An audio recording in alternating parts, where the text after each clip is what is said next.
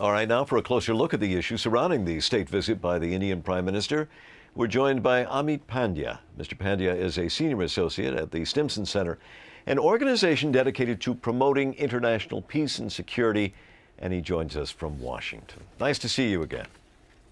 Thank you. This is the first state visit by a foreign leader of the Obama presidency. Why the Indian Prime Minister, and why is it significant?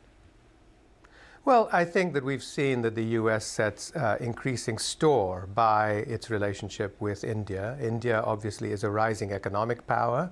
It has a greater global presence, both in terms of its strategic significance in the Indian Ocean region, but also because of its investment now in the global economy.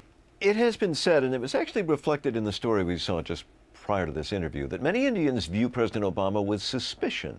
I'm wondering, why is that?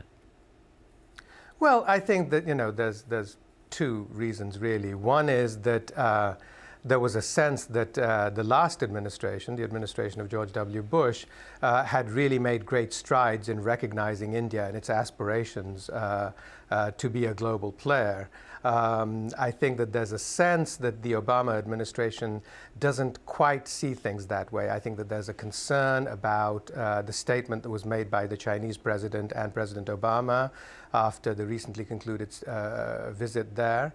And I think that there's also a concern about things like the statement by General McChrystal, the U.S. commander in Afghanistan, that appeared to cast doubt on the value of India's role in Afghanistan. Is India afraid that the United States is getting too cozy with China? Well, I'm not sure that the concern is that it's getting too cozy with China. I think that the Indians are perfectly happy to live with the Chinese, to live with increasing Chinese power, and in fact think of China as in many ways a partner, certainly an important trading partner for the Indians. I think the concern is that perhaps the U.S. is thinking of a role for China in South Asian security, which the Indians would not look kindly on.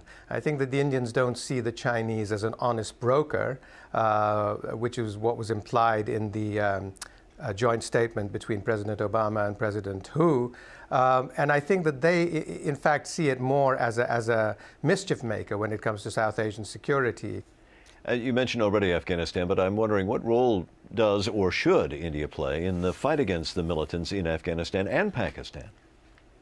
Well, I think that we can sort of look at the fight against militancy in two parts. I mean, one is the threat of terrorism, and the other, I think, is the longer-term work of stabilizing Afghanistan.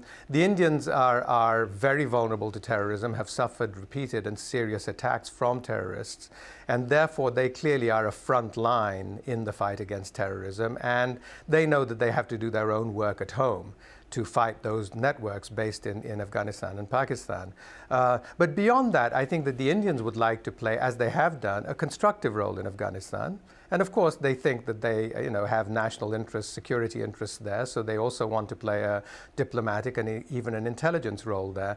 But above all, I think what the Indians want to point to is the fact that they have been involved in reconstruction in Afghanistan. They've spent $1.2 billion.